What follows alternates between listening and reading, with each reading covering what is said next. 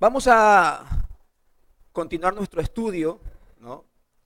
Eh, la ayuda que yo tengo allá arriba es un Prezi, que es una especie de animaciones que me permiten a mí bastante ubicarme en lo que vamos a hacer. Estamos en un curso de membresía bíblica, estamos, si no me equivoco, creo que es el cuarto, el cuarto mensaje con respecto a este. Habíamos iniciado con ¿qué es un cristiano bíblico? Y empezamos desde el mensaje anterior a revisar este quinto punto que expone que un cristiano bíblico posee rasgos distintivos de una verdadera vida espiritual.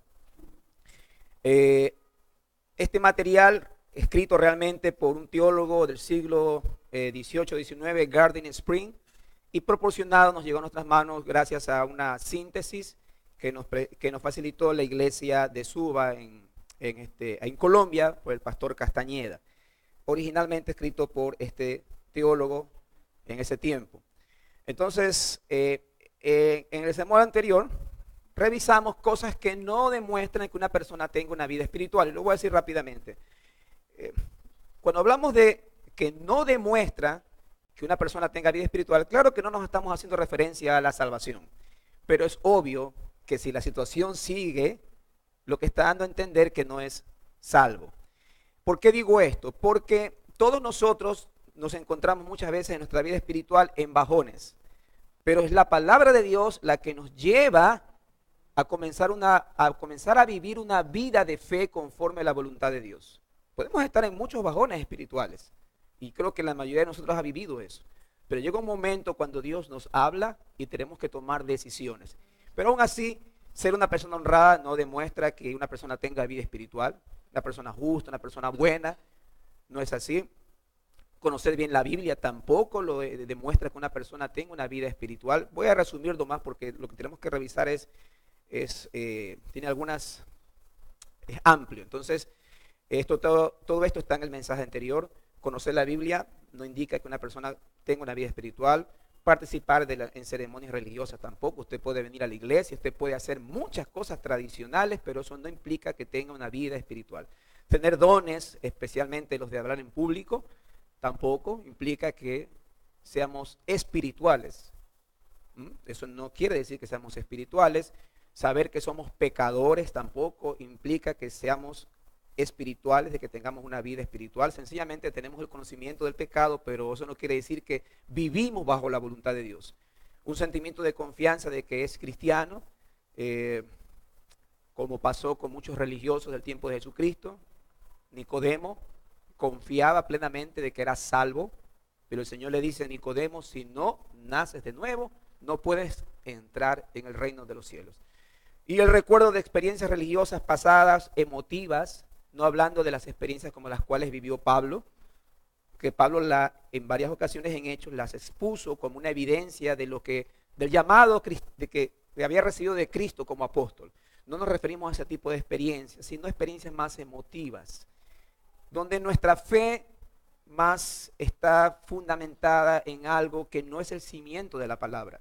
Llegan los momentos difíciles, llegan las circunstancias difíciles y estamos bien cuando tenemos dinero en el bolsillo, pero cuando no tenemos dinero en el bolsillo comenzamos a renegar de Dios, comenzamos a disquetarnos con todo el mundo. Entonces, el hecho de que tengamos experiencias que recordemos y que a veces nos duran toda la semana, pero una vez que pasa el recuerdo de esas bonitas experiencias, se acabó todo. Viene a mi mente, por ejemplo, cuántos vivimos los famosos encuentros.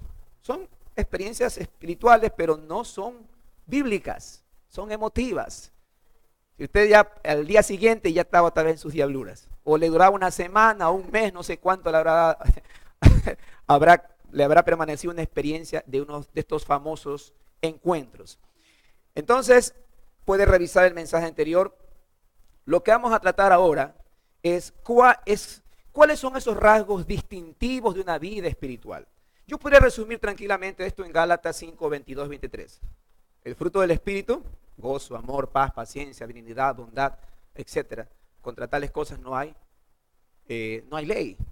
Pero no podemos tampoco menospreciar las enseñanzas de maestros bíblicos que nos permitan entender y profundizar en ciertas cosas. Entonces, aquí hay 11 rasgos distintivos. Puede haber más, puede resumirse en menos. el amor de Dios, arrepentimiento de los pecados, fe en Jesucristo, humildad sincera, negación de sí mismo, dedicación al honor y gloria de Dios, la oración, el amor a los demás hermanos en la fe, separación de lo mundano, crecimiento espiritual y la práctica de la obediencia. Entonces vamos a revisar, vamos a ver si lo podemos hacer en una hora. Vamos a pedir la dirección del Señor. Amén. Bendito Padre Celestial, gracias damos, Señor, por este tiempo en el cual queremos meditar en su palabra, Señor. Que sea su palabra, mi Dios amado, la que, mi Dios, trabaje en nuestros corazones para su gloria y su honra, Señor amado. Amén y amén. Ya en la ocasión pasada, en el mensaje pasado, vimos la primera, que es el amor a Dios. Vamos a revisar así mismo también rápidamente esta primera señal de una vida espiritual. Primero, indicamos que no se trata de algo que venga de nosotros, sino que debemos recordar que si amamos a Dios es porque Él nos amó a nosotros primero. Descartemos cualquier sentimiento de amor que pueda venir humano. O sea, si Dios no hace algo primero, nosotros no podemos reflejar ese amor a Dios. Primera de Juan 4:19 y Romanos 5:10 habla claramente de que antes éramos enemigos de Dios. Voy a poner Romanos 5:10 para que ustedes lo puedan ver. Dice así la escritura: porque si siendo enemigos fuimos reconciliados con Dios por la muerte de su Hijo, mucho más estando reconciliados seremos salvos por su ira. Muy claro, mi hermano, lo que nosotros íbamos a recibir era la ira de Dios, porque éramos enemigos. Pero Él hace la obra y nosotros podemos manifestar el amor a Dios. El amar a Dios, decíamos, incluye convicción de la excelencia de Dios. Podemos decir, como dice el Salmo 42, como el siervo brama por corrientes de agua, así mi alma clama por el Dios vivo. Tenemos esa necesidad de vivir, vivir solamente anclados en nuestro Dios. Es algo que viene, una convicción interna. Y no podemos nunca rebajar a Dios a nuestro nivel. Él es Dios. Él es todopoderoso, omnipotente, omnipresente. Pensemos en sus atributos. ¿Quiénes somos nosotros?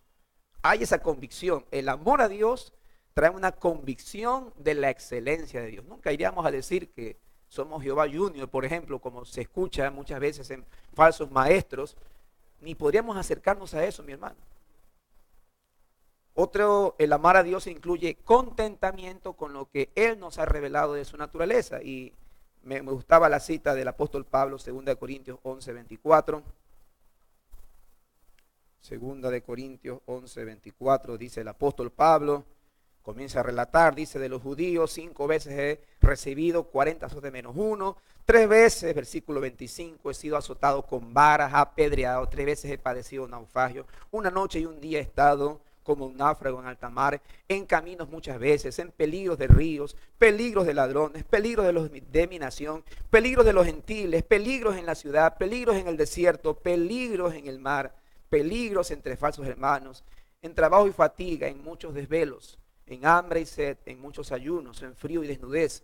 Y además de estas cosas, de otras cosas, lo que sobre de mí se agolpa cada día la preocupación de todas las iglesias. Entonces, ¿a qué nos referíamos con este contentamiento? De que alguien que haya pasado todo eso, que decíamos que nosotros no le llegamos ni a los pies al apóstol Pablo, pueda decir en Filipenses 4:11 en adelante, dice ahí: no lo digo porque tenga escasez, pues he aprendido a contentarme cualquiera que sea mi situación. Sé vivir humildemente y sé tener abundancia en todo, y por todo estoy enseñado, así para estar saciado como para tener hambre, así para tener abundancia como para padecer necesidad. Todo lo puedo en Cristo que me fortalece. Entonces, regresando a lo que estábamos nosotros argumentando, un contentamiento con lo que Él nos ha revelado de su naturaleza, eso es parte del amar a Dios. No vamos a hacer, bueno, que sí podemos estar intranquilos, somos humanos y tal vez nos asustemos porque se nos acaba tal vez el dinero de bolsillo o porque se nos presenta una situación difícil, pero eso no va a separarnos del amor a Dios. Interés en el amar a Dios incluye también interés en todos sus asuntos. El Señor decía, vengo a hacer la voluntad de mi Padre que está en los cielos. No mi voluntad, vengo a hacer la voluntad de mi Padre. Entonces, todo lo que es asuntos del Señor, vamos nosotros a prestar ese interés, esa prioridad, ese primer lugar a las cosas de Dios. El amar a Dios incluye gratitud por los beneficios recibidos de Él. De gracia recibiste, dad de gracia. La persona que está viva espiritualmente no rinde culto a un Dios hecho conforme a ideas humanas, sino que aprecia el verdadero carácter de Dios según está revelado en la Biblia. Tomando el otro pensamiento, Dios no pide ni acepta un corazón que está dividido, porque es un Dios que nos ama celosamente y no admite rivales. Mateo 10, 34, 37. Dice aquí la escritura, el Señor dice, no penséis que he venido a traer paz a la tierra, no he venido para traer paz, sino espada. Porque he venido para poner en disensión al hombre contra su padre, a la hija contra su madre, a la nuera contra su suegra, y los enemigos del hombre serán los de su casa. El que ama a padre o madre más que a mí no es digno de mí, y el que ama a hijo o a hija más que a mí no es digno de mí. El que no toma su cruz y sigue en pos de mí no es digno de mí. Claro que hay disensión. Antes tal vez participábamos en cosas que eran contra la palabra de Dios. Ven, te invito al bautizo. ¿Sabes qué? La verdad que mamita, mi querido pariente, no puedo aceptar eso porque he nacido en Cristo Jesús. Córtala contigo. Y desde ahí en adelante, rechazado. Por ahí me contaba un hermano que usted conoce, me decía, de mi grupo de WhatsApp, mis amigos de la infancia, ya todos, nadie me habla.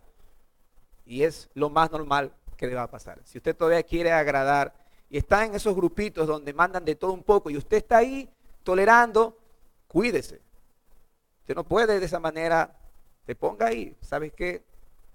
Ustedes no van a cambiar, me salgo. Pero como sabemos que no van a cambiar, ¿para qué pasamos tiempo?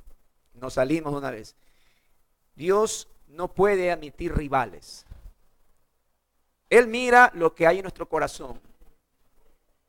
Si tenemos que amonestar a alguien de nuestra familia porque está viviendo el pecado y no lo hacemos porque se va a resentir, porque puede pasar cualquier cosa, bueno, Dios está viendo cómo tú resuelves esa situación. Si lo pones a Él en primer lugar o sencillamente, como bien lo he dicho en otras ocasiones, participas de un pecado. Entonces, Dios no pide ni acepta un corazón dividido porque es celoso y no admite rivales. Entonces, eso hablábamos con respecto al amor de Dios. En el mensaje anterior terminamos aquí. Vamos con...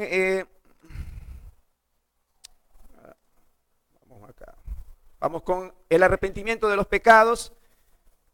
Voy a decir unas cuantas cositas porque ya revisamos arrepentimiento y fe. Si amamos a Dios, tendremos deseos de arrepentirnos de nuestro pecado. Un corazón que ha sido iluminado y renovado por el Espíritu Santo no puede pensar en el pecado sin quedar apesadumbrado y sentir un dolor profundo. Y nos guiábamos con lo que está aquí. Un verdadero arrepentimiento consiste en, para no confundirnos con un compungimiento nomás. Un verdadero arrepentimiento incluye aborrecer el pecado como ofensa contra Dios, odiar lo que Él odia. Eso es algo con lo cual nosotros podemos medirnos. Aborrecerse a sí mismo a causa del pecado, porque reconocemos que somos pecadores y necesitamos el remedio divino. Esforzarse decididamente por un cambio de vida y, como bien decíamos, por la restitución de las faltas. Si debes dinero, tienes que pagar todo como lo hizo Zaqueo. Si a alguien le he faltado, con 4 veces lo hago. Algunos lo harán con una, pero por lo menos hay un cambio y hay una restitución. Eso es esforzarse decididamente por un cambio de vida. Y búsqueda de la misericordia de Dios para perdón de pecados. Búsqueda de la misericordia de Dios para perdón de pecados. Por ejemplo, primera de Juan 3:9. Dice así la Escritura: todo aquel que es nacido de Dios no practica el pecado, porque la semilla, la nueva naturaleza de Dios, la simiente de Dios permanece en él y no puede pecar porque es nacido de Dios. Eso debe estar muy claro. Nosotros no podemos decir que no hemos arrepentido si todavía permanecemos en prácticas pecaminosas. Y lo peor de todo es que cuando nos confrontan, no nos gusta. Acepte la confrontación. Acepte la confrontación cuando alguien maduro en la fe puede hacer esa confrontación adecuadamente. Entonces, arrepentimiento de pecados es algo que ya revisamos, un punto anterior. Vamos con fe en Jesucristo. La fe no solo consiste en estar de acuerdo con las doctrinas reveladas en la Biblia. Si la fe fuese solamente un reconocimiento pleno de las enseñanzas del Evangelio, entonces hasta los más malvados hombres de este mundo fueran salvos, y hasta los demonios del infierno poseerían esa fe. Pero una cosa es tener conocimiento y otra cosa es tener una fe salvadora. Dice que los demonios, Santiago dice que los demonios creen y tiemblan. Así que otros enseñan que la fe del Evangelio equivale a tener devotos sentimientos. Si así fuese, cuanto más fuertes fueran los sentimientos piadosos de una persona, más fuerte debería ser su fe. Los sentimientos tienen su valor en manifestar que la fe que se tiene es verdadera, pero no son el fundamento sobre el que la fe descansa y confía. Hablamos también de esto cuando revisamos la parte de la fe, hablando de una fe sencillamente emotiva. La fe de los encuentros es emotiva. Oh, qué precioso, pero una vez que regresas a la realidad, como no hay un fundamento sólido en la palabra de Dios, regresas a lo mismo. Te quedaste en una fe intelectual, te quedaste en una fe emotiva, pero la fe salvadora es la fe bíblica. La fe bíblica es salvadora. No es solo estar de acuerdo con verdades bíblicas, ni manifestarla con nobles sentimientos, sino que involucra la voluntad de vivir conforme la palabra de Dios. Aquella cristiana o cristiano que está locamente enamorado, perdidamente enamorado por un inconverso y confía y tiene la confianza en que se va a convertir, aun cuando el pastor le pueda decir: corta con esa relación porque no puedes estar así, involucrarte con un inconverso. Y más adelante vamos a ver, no.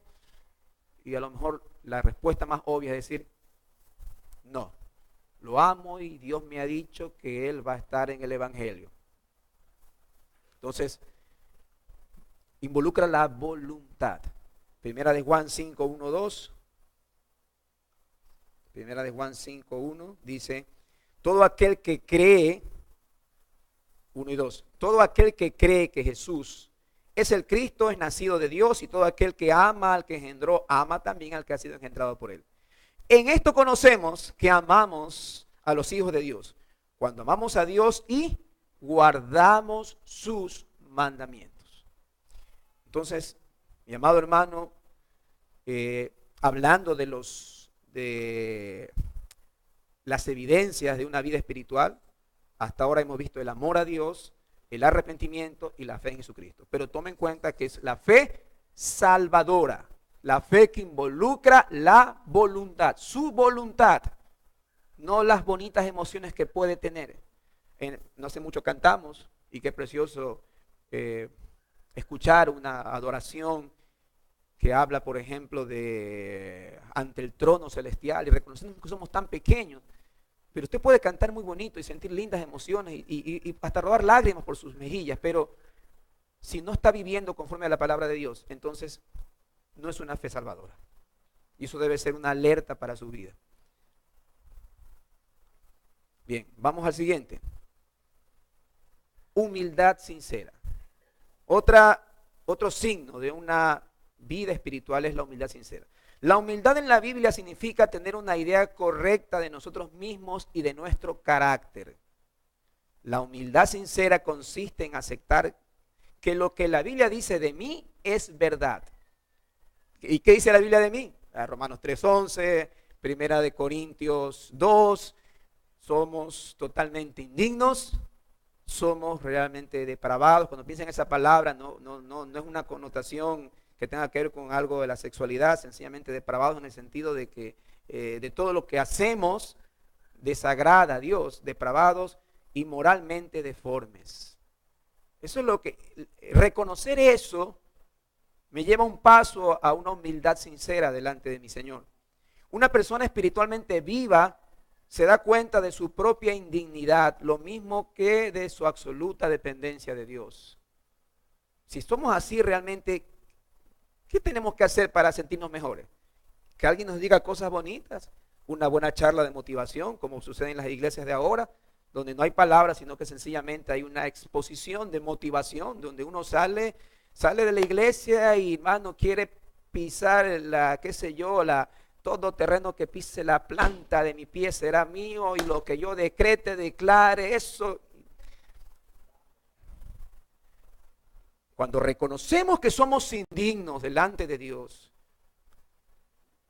entonces solamente podemos decir que dependemos absolutamente de nuestro Dios.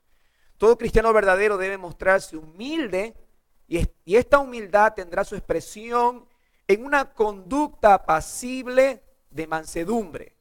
Mateo 11:29.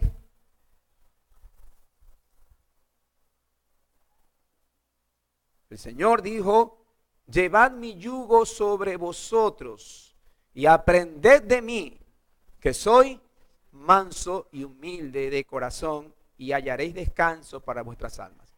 Él nos está diciendo a cada uno de nosotros: aprended de mí.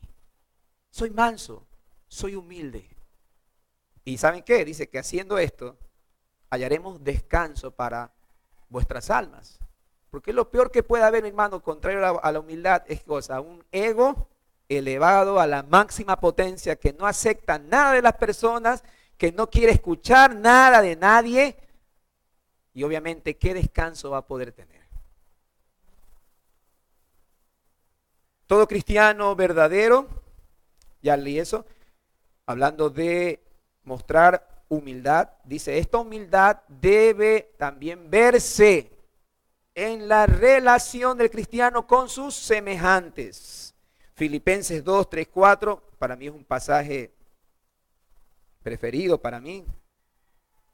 Dice ahí la escritura: nada hagáis por contienda o por vanagloria, sino antes bien con humildad, estimando cada uno a los demás como superiores a uno mismo, a él mismo, no mirando cada uno por lo suyo propio, sino cada cual también por lo de los otros. ¿Sabe qué, mi hermano?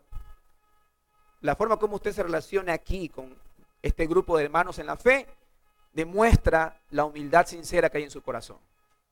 Demuestra eso. Qué lindo es cuando un hermano se le dice algo y lo hace con qué solicitud. No porque está viendo al pastor que le está indicando algo, sino porque sabe que al obedecer está obedeciendo a nuestro Señor Jesucristo. Yo no les voy a pedir nada antibíblico, mi hermano. Dios me guarde de poder hacerlo, y si llego a hacer algo así, bueno, usted puede amonestarme en el amor del Señor. Y el Señor dice: nada hagáis para ser vistos por los demás. Háganlo con humildad, pero cuando lo hagan, por favor, háganlo como que se tratara de ustedes mismos, estimando de las cosas de los demás como que son de ustedes, dice, y superiores. No mirando cada uno por lo suyo, sino también por los intereses de los otros. Y una cita más, Colosenses 3, 12 y 13. Colosenses 3, 12 y 13 dice: vestíos pues como escogidos de Dios, santos, llamados de entrañable misericordia, de benignidad, de humildad, de mansedumbre, de paciencia. Palabra clave: soportándonos. Palabra clave: perdonándonos unos a otros, si alguno tuviere queja contra otro, de la manera que Cristo nos perdonó, así también hacedlo vosotros. El cristiano sabe que no merece ningún bien y se da cuenta de que Dios es misericordioso al no castigarlo, porque realmente ¿qué merecemos de parte de Dios? Su juicio. Esta humildad no es simplemente una abstracción, sino una experiencia, o sea, algo práctico. Cuando un pecador humillado y arrepentido se pone en la presencia de Dios, queda abrumado por la conciencia de su imperfección. Mateo 18:3, usted conoce este pasaje.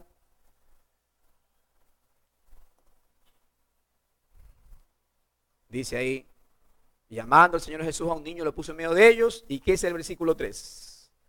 De cierto os digo que si no os volvéis y hacéis como niños, no entraréis en el reino de los cielos.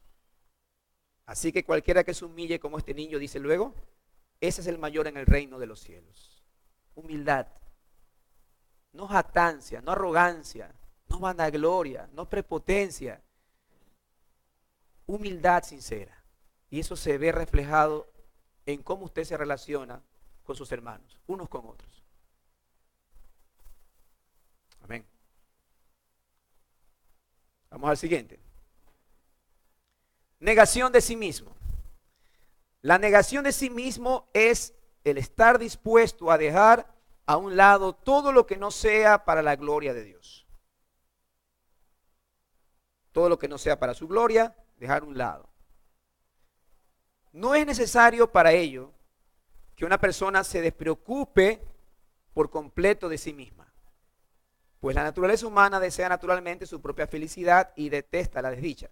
No estamos hablando de que usted se vuelva austero, que se vuelva un fakir, un monje tibetano.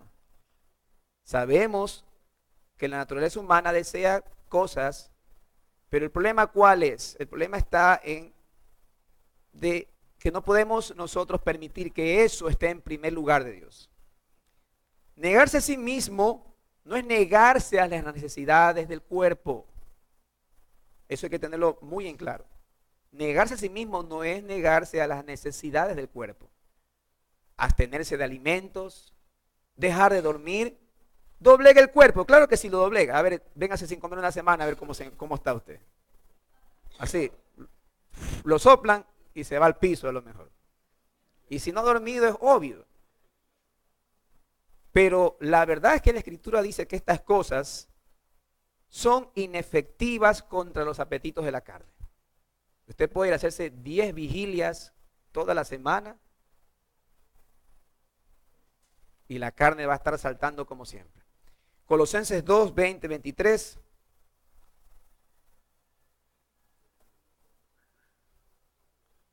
Dice el Señor, pues si habéis muerto con Cristo en cuanto a los rudimentos del mundo, ¿por qué, como si vivieses en el mundo, os sometéis a preceptos tales como no manejes, ni gustes, ni aun toques? Tal vez en la NTV, aunque no lo puse, dice, no toques esto, no pruebes eso, no te acerques a ello. Así dice la NTV. No manejes, ni gustes, ni aun toques. Versículo 22. En conformidad, mire que hace la aclaración, la Escritura, a mandamientos y doctrinas de hombres, cosas que todas se destruyen con el uso. Tales cosas, a la verdad, tienen cierta reputación de sabiduría en culto voluntario, dice, en humildad y en duro trato del cuerpo, pero la verdad es que no tienen valor alguno contra los apetitos de la carne. Por ejemplo, ¿cómo aparecieron los monjes, los monasterios? Porque había la idea de que separarse del mundo podía acercarlos a Dios. Entonces la gente que hizo un tiempo antes de la Edad Media es recluirse en monasterios. Pero ahí estaba el pecado, ahí estaba la carne.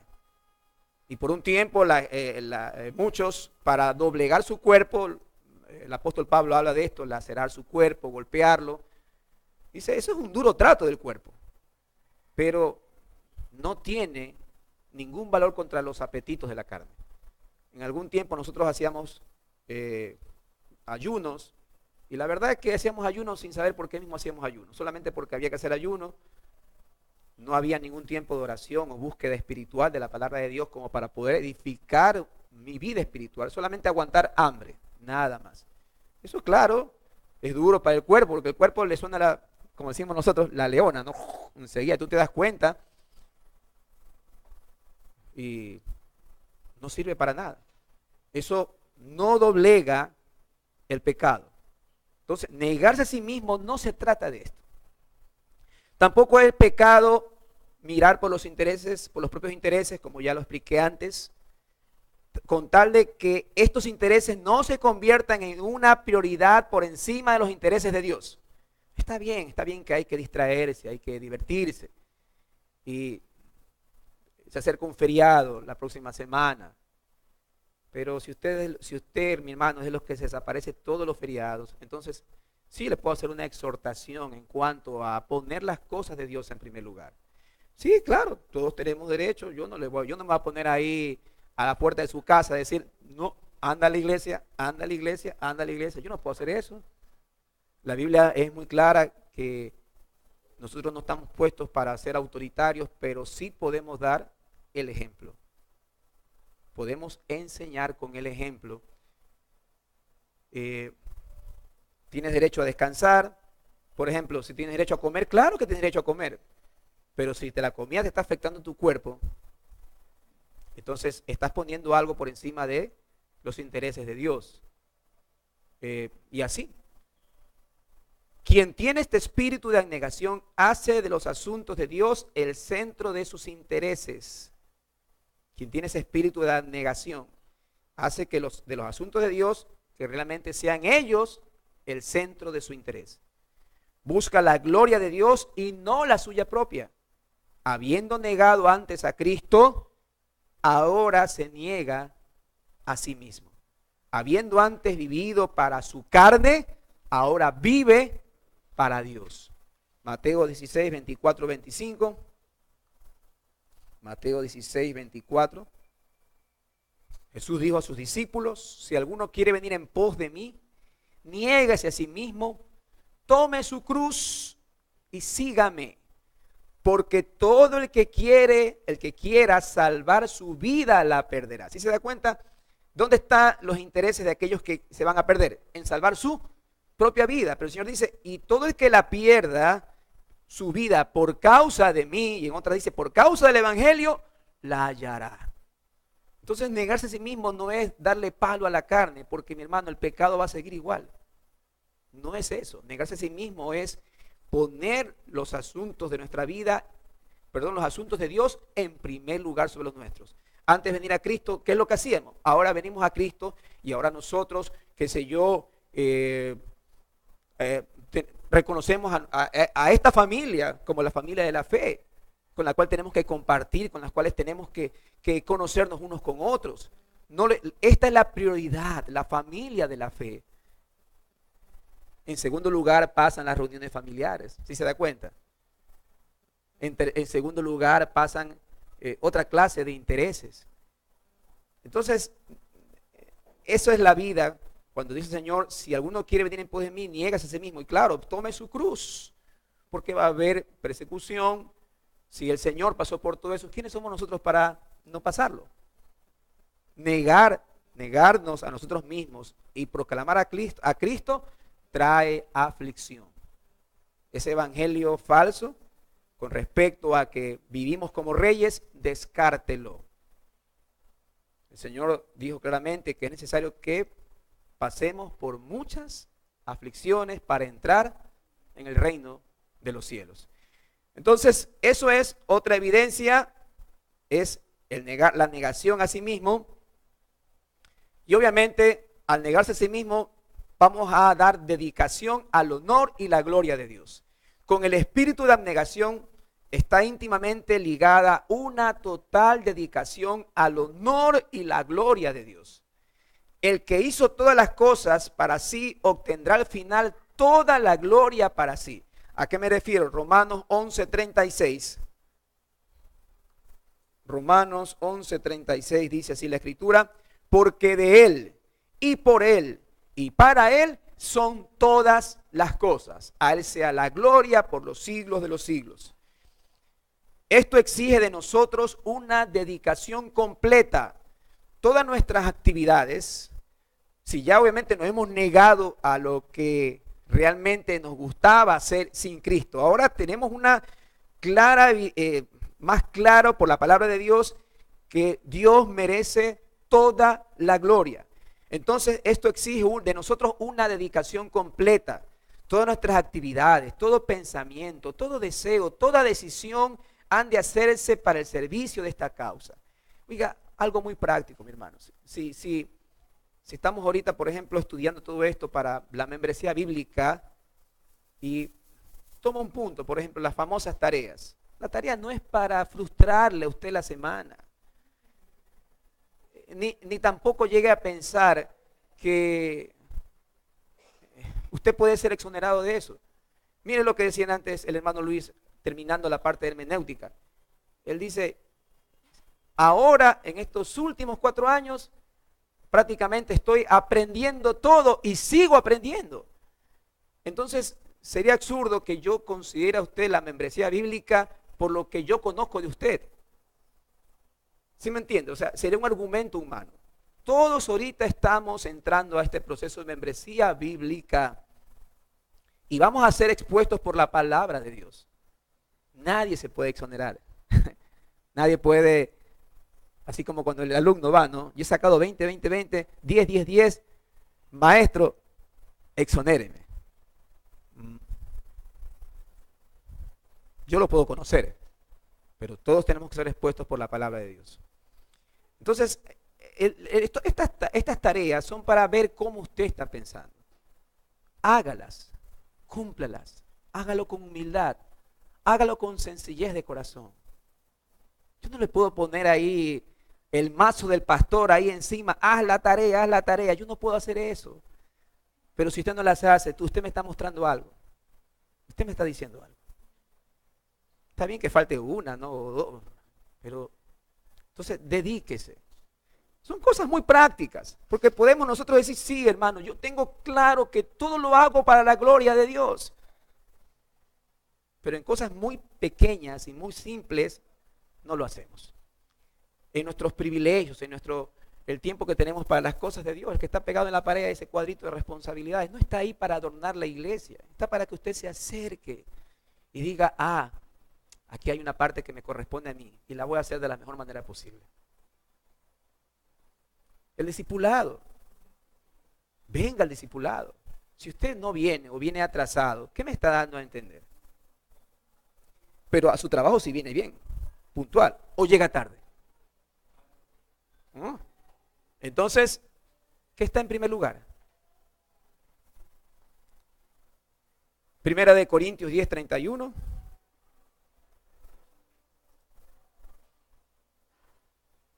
Si pues coméis o bebéis o hacéis otra cosa, hacedlo todo para la gloria de Dios. Colosenses 3:17, otra cita parecida. Colosenses 3:17. Y todo lo que hacéis, sea de palabra o sea de hecho, hacedlo todo en el nombre del Señor Jesús, dando gracias a Dios por medio de Él. Y el versículo 23, saltándonos, lo mismo. Y todo lo que hagáis, hacedlo de corazón. Si usted está siendo obligado a las cosas, sabe que mejor no las haga y hable, porque puede estar cayendo en una práctica de pecado que se llama desobediencia.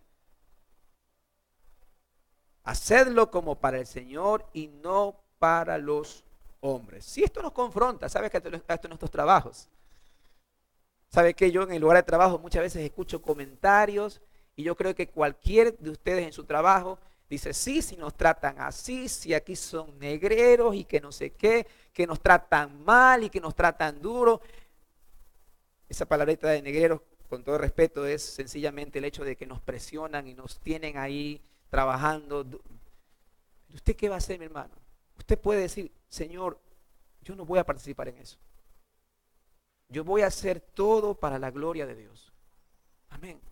Hágalo. Todos hemos sido expuestos a eso. Yo he sido expuesto a eso, mi hermano.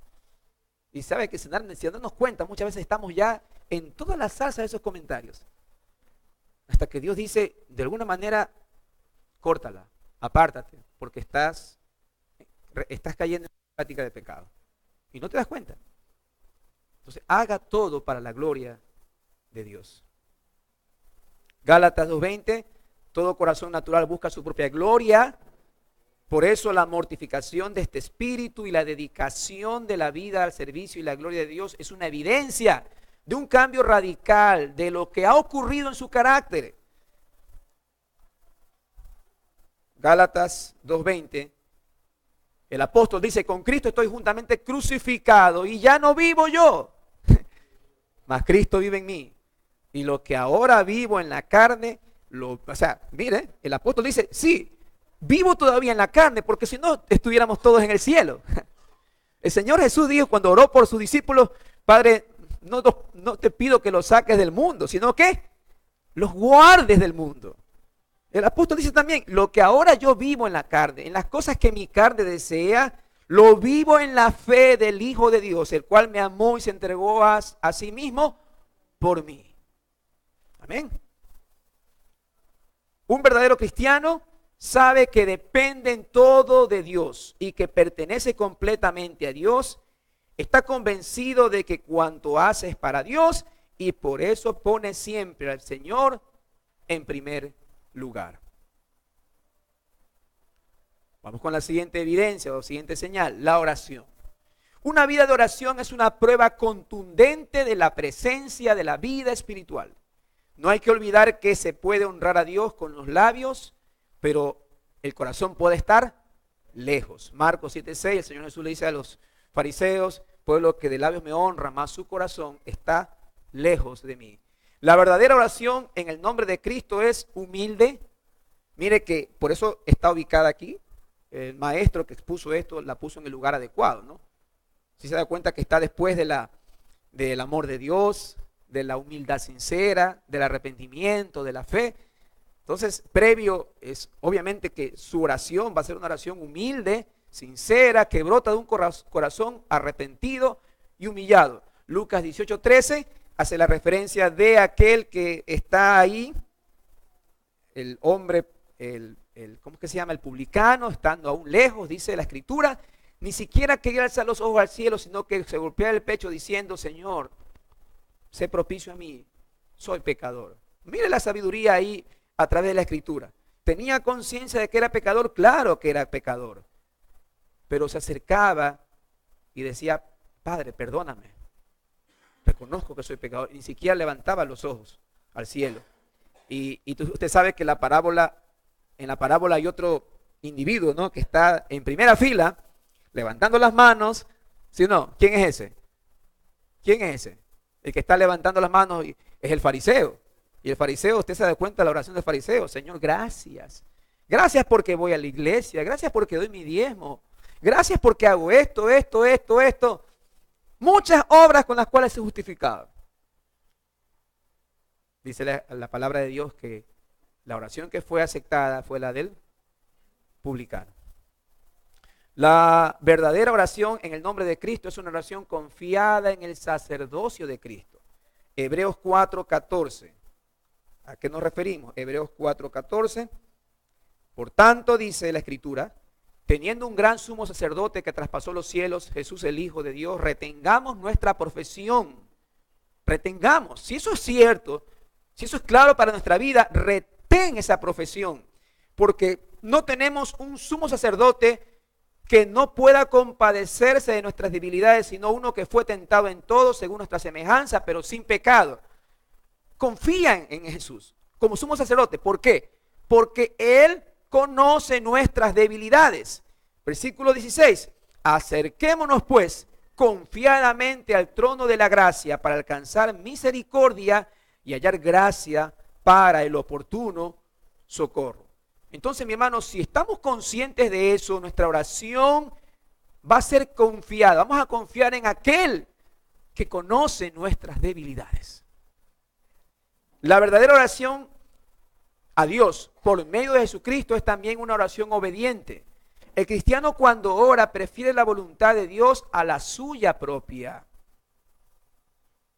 ¿Sabe que el autor en esta parte decía que la oración es una de las evidencias claras de una vida espiritual? Pero ¿qué clase de oración? ¿Qué tipo de oración? Estamos viendo aquí Una oración humilde, una oración en el nombre de Cristo, una oración que confía en el sacerdocio de Jesucristo, una oración obediente. Cuando el cristiano ora, ¿qué es lo que prefiere? La voluntad de Dios a la suya propia. Un verdadero cristiano puede pasar por momentos de frialdad espiritual. No obstante, un cristiano verdadero no puede continuar descuidando la oración. ¿Sabe por qué usted no quiere orar? Porque tenemos un cuerpo que es pecaminoso. Y cuando oramos, tenemos que buscar un tiempo para hablar con el Dios Todopoderoso. Si usted está acostumbrado a orar en la noche y se distrae con las personas, entonces no es un buen momento. Si tiene usted clara la excelencia de Dios, ¿con quién va a hablar? ¿Con quién va busque un lugar donde usted pueda realmente hablar sin distraerse? Si se queda, si comienza a luchar con el sueño, pues comienza a trabajar en aquello. Trate de acostarse más temprano. Debe entender, mi hermano, que no podemos decir que somos cristianos verdaderos si tenemos una vida donde hemos descuidado la oración. Hemos descuidado la oración. Y cuando ore, sea bíblico. Sea bíblico. Comienza la oración modelo que es el Señor Jesucristo. ¿Cómo debemos orar? Oraré así: Padre nuestro que estás en los cielos, santificado. Usted vea la oración, no le mando a repetir la oración. Usted vea cómo empieza. Primero, ¿qué es lo que hace? Padre nuestro que estás en los cielos. Señor, yo soy su hijo. Oro a mi Padre celestial. O como hemos aprendido, usemos los salmos también para poder tener nuestros tiempos de oración. Pero haga algo que sea diferente a una rutina religiosa. Amén.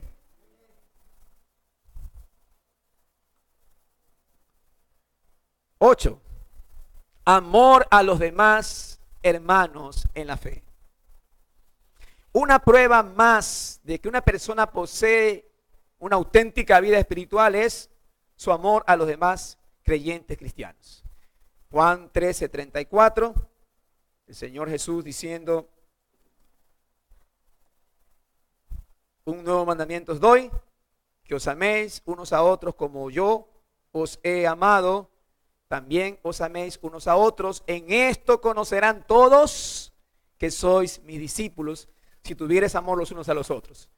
Y ya hemos visto, estudiando, si vemos Colosenses, Filipenses, eso implica que tienes que amar a tu hermano, tienes que perdonarlo, tienes que soportarlo, tienes que considerarlo como superior a ti mismo. Primera de Juan 3:23.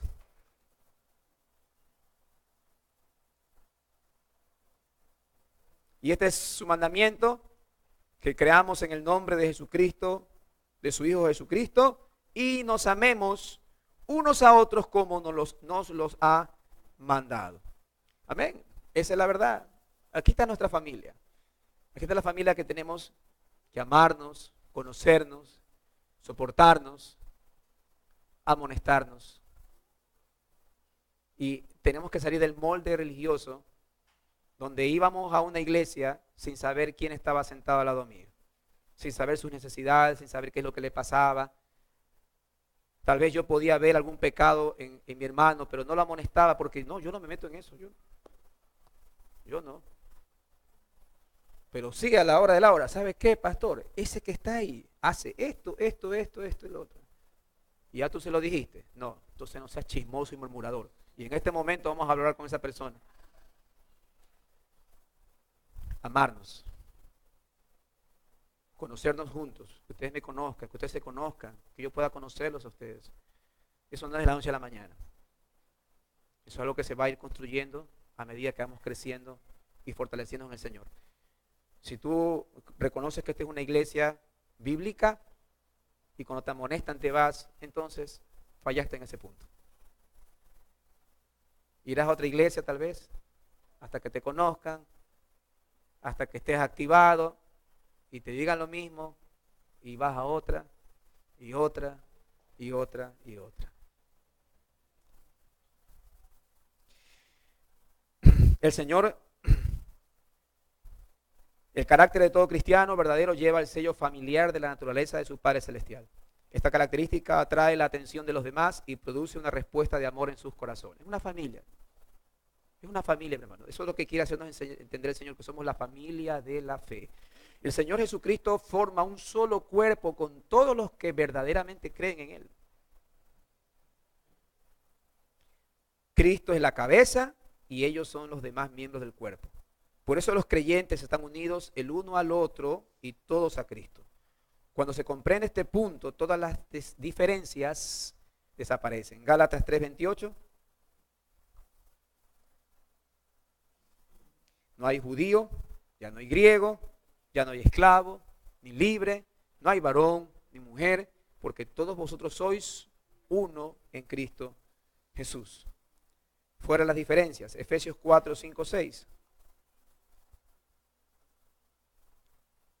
El apóstol les dice, y tomando el versículo 4, un cuerpo, un espíritu. Versículo 5, un Señor, una fe, un bautismo. Tenemos que llegar a esto, mi hermano. Y yo quiero que usted permita ser trabajado por ello.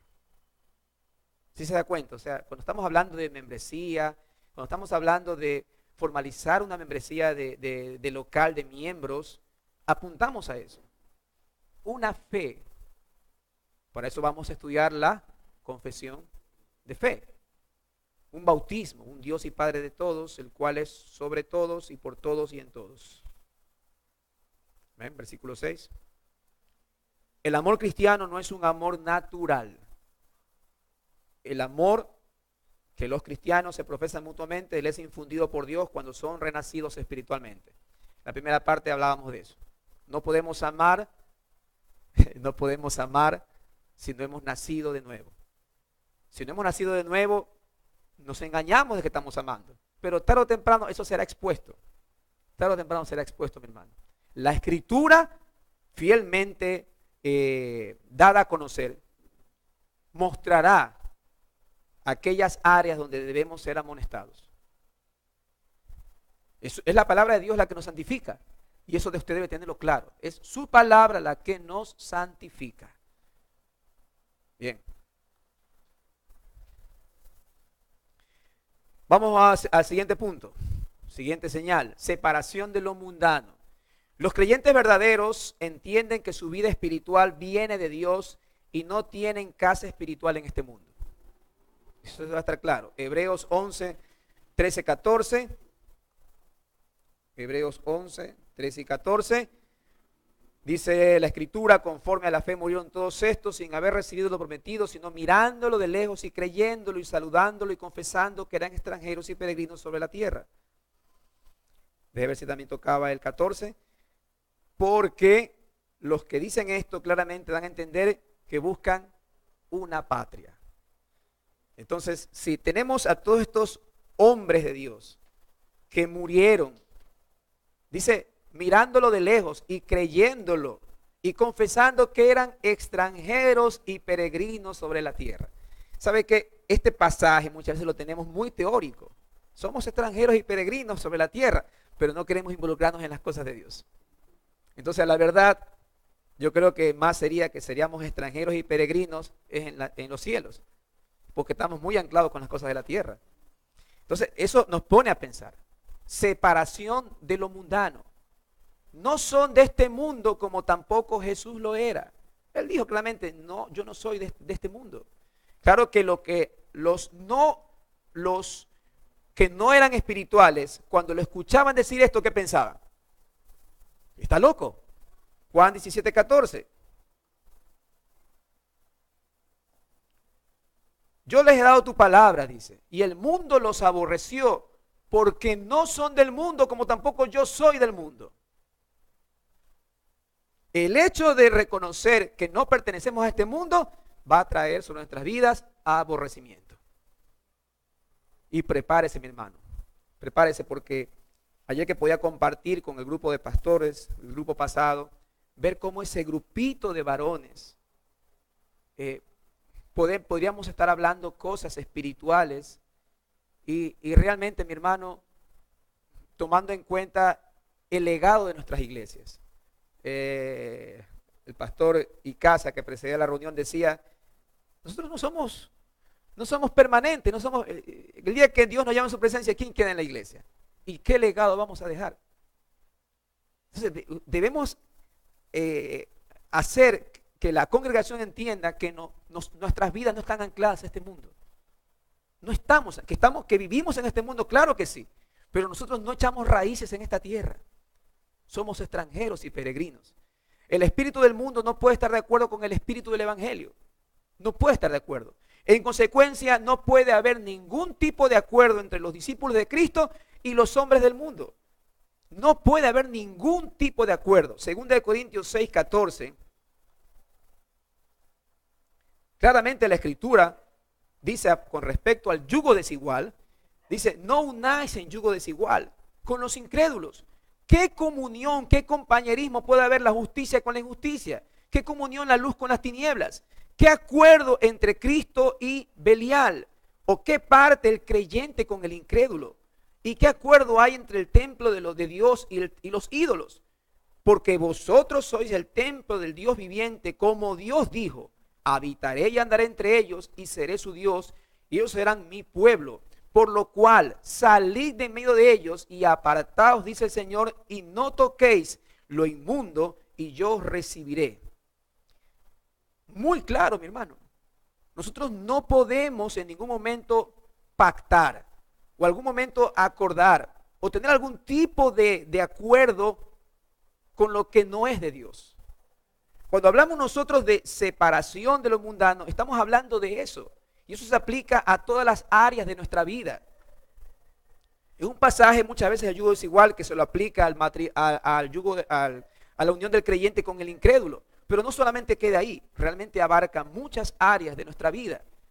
Lo que hacemos en nuestros trabajos, en el lugar donde estudiamos. ¿Qué acuerdo puede haber entre el creyente y el incrédulo? Pero muchas veces nos prestamos para, qué sé yo, participar de un bautizo católico y ahí estamos. Y estamos ahí. Tantas cosas.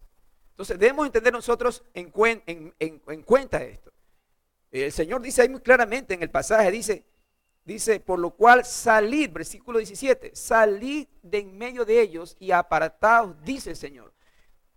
Se recuerda a Israel en el desierto, en el centro, la presencia de Dios en el tabernáculo y todo el pueblo alrededor. Pero ellos en su travesía a la tierra prometida eran el único pueblo que adoraba al Dios verdadero y no podían por ninguna razón poder hacer un pacto o poder hacer unión con los pueblos, demás pueblos. ¿Por qué razón? Porque eran idólatras. Y eso lo aplicamos ahora a nuestra vida.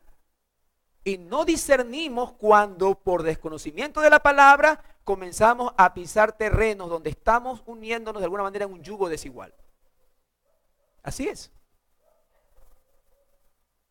Dice, puede existir respeto, cortesía y amabilidad entre cristianos y mundanos. No es que tampoco vamos a decir que los vaya a mandar al diablo. No, dice, hay cortesía, amabilidad, respeto. Pero eso no impide que sean dos clases distintas de personas. Y un cristiano no escoge por amigos íntimos a hombres mundanos. Primera de Corintios 15:33. Dice la Escritura, no erréis.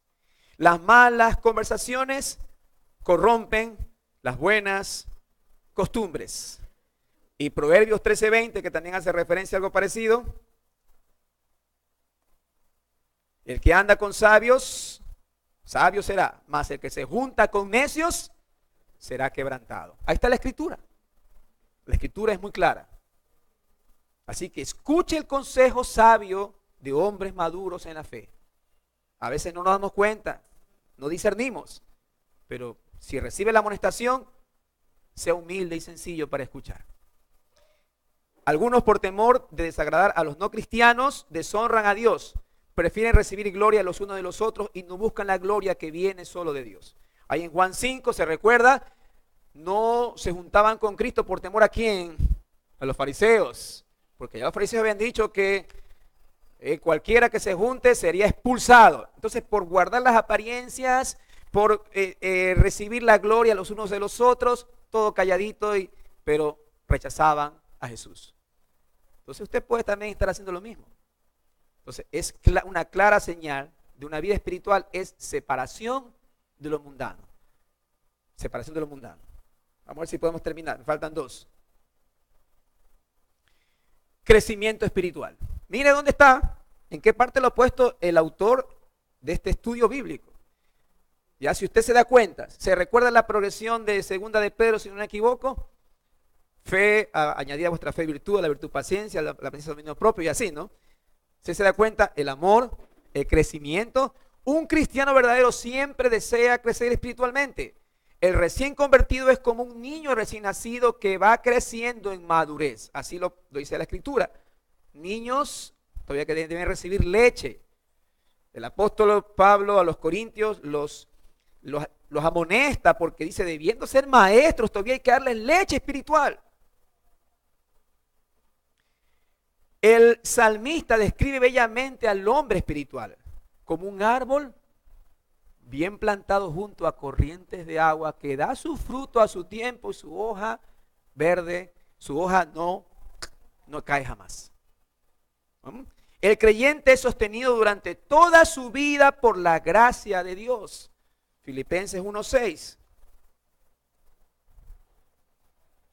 Estando aún persuadidos de esto, dice el apóstol Pablo, que el que comenzó en vosotros la buena obra, la perfeccionará hasta el día de Jesucristo. ¿Sabes qué cosa, mi hermano?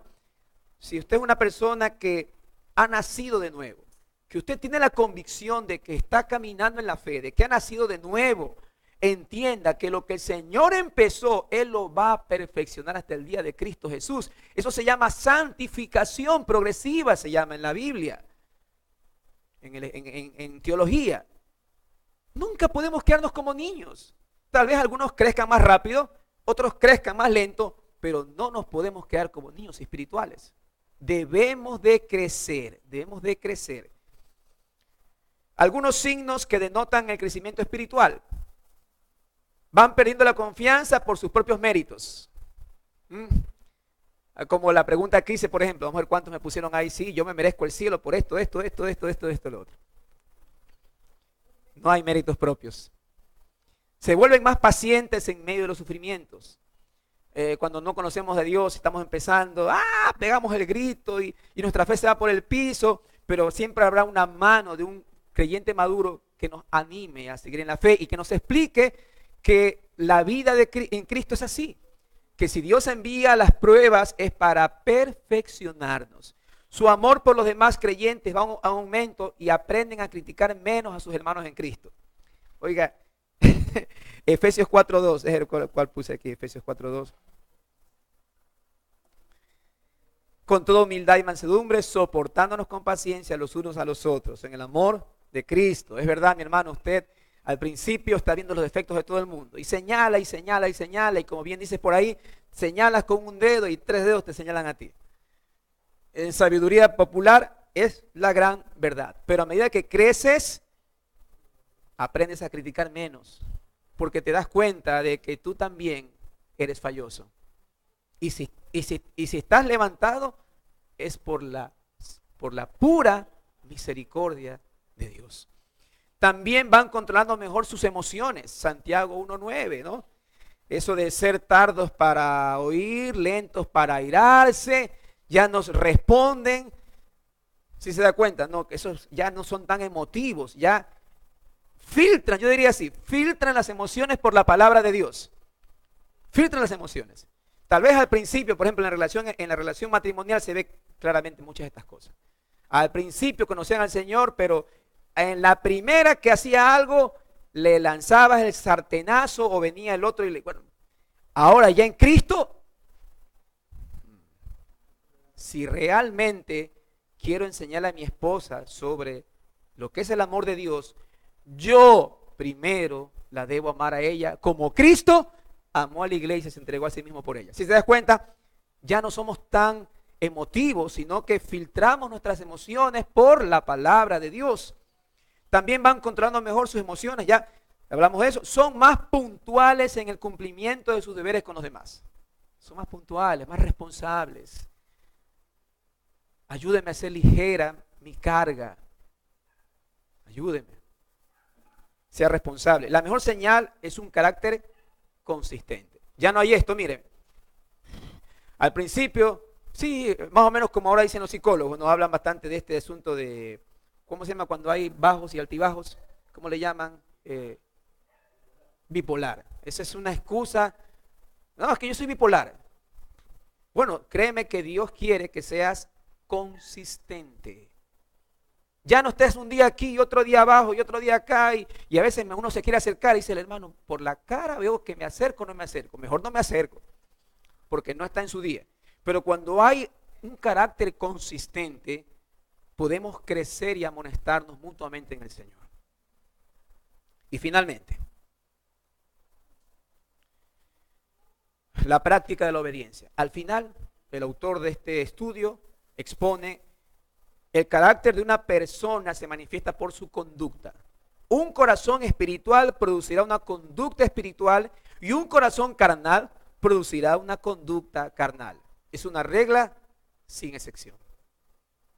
Si tus emociones o lo que está manifestando más se dirige a la carne, posiblemente,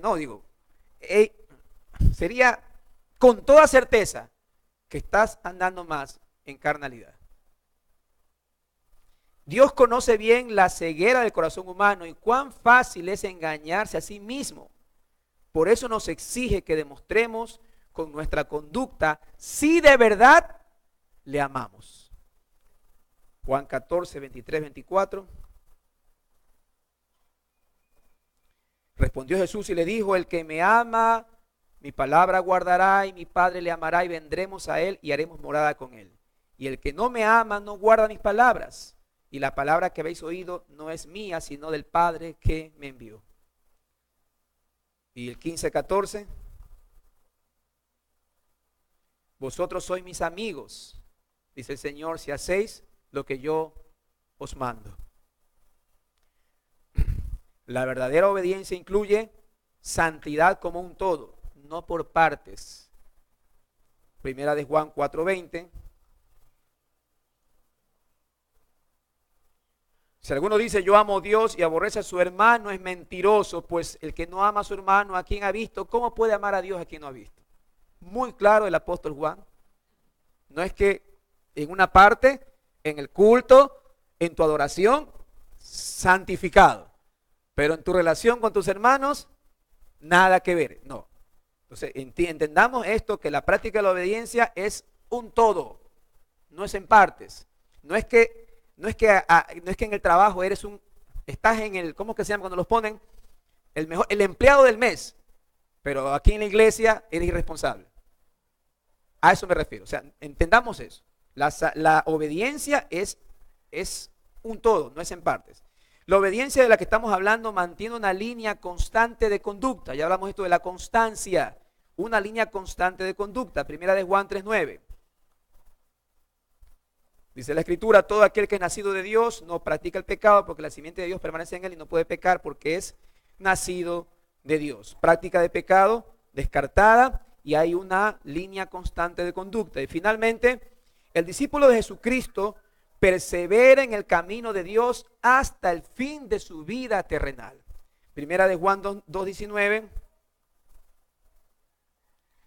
Salieron de nosotros, dice el apóstol Juan, pero no eran de nosotros, porque si hubieran sido de nosotros, habrían permanecido con nosotros. Es decir, al finalizar este estudio, mi hermano, si permaneces y perseveras, entonces estás demostrando que eres un discípulo de Jesucristo. Que hay una vida espiritual en ti. Si hay esta perseverancia, ¿hasta dónde es esta perseverancia? A ver, hasta el final. Por eso la Escritura dice que el que persevera hasta el fin, ese será salvo. En el caso de la cita de Juan, salieron de nosotros. ¿Pero por qué razón? Porque no eran de nosotros. El día de ayer, y cierro con esto, uno de los pastores decía, hermano, cuando comenzamos a enseñar la confesión de fe en mi iglesia, de 40 miembros que éramos, solo quedamos 7. mi familia y otra familia. Y luego decía, y encima nos venían a decir que debemos cerrar la iglesia. No es mi deseo ese. No es mi deseo. Pero que vamos a ser confrontados, vamos a ser confrontados. Y yo solo lo que anhelo en mi corazón es que esto no quede como un sencillo bosquejo bonito. Ay, qué bonito habló de la obediencia, la humildad, la sinceridad. Pero sigue siendo irresponsable. Esto es realmente para perseverar. El que persevera hasta el fin, ese será salvo. Amén. Entonces, con esto, mi hermano, terminamos. ¿Qué es un cristiano bíblico? El primer tópico de membresía. Escucharlo en internet. Si tiene preguntas, me las puede hacer la próxima semana. Hágamelo por interno, como decimos. No se quede con dudas. Es importante que podamos crecer y madurar en la fe. Por favor, que no quede nada en su corazón.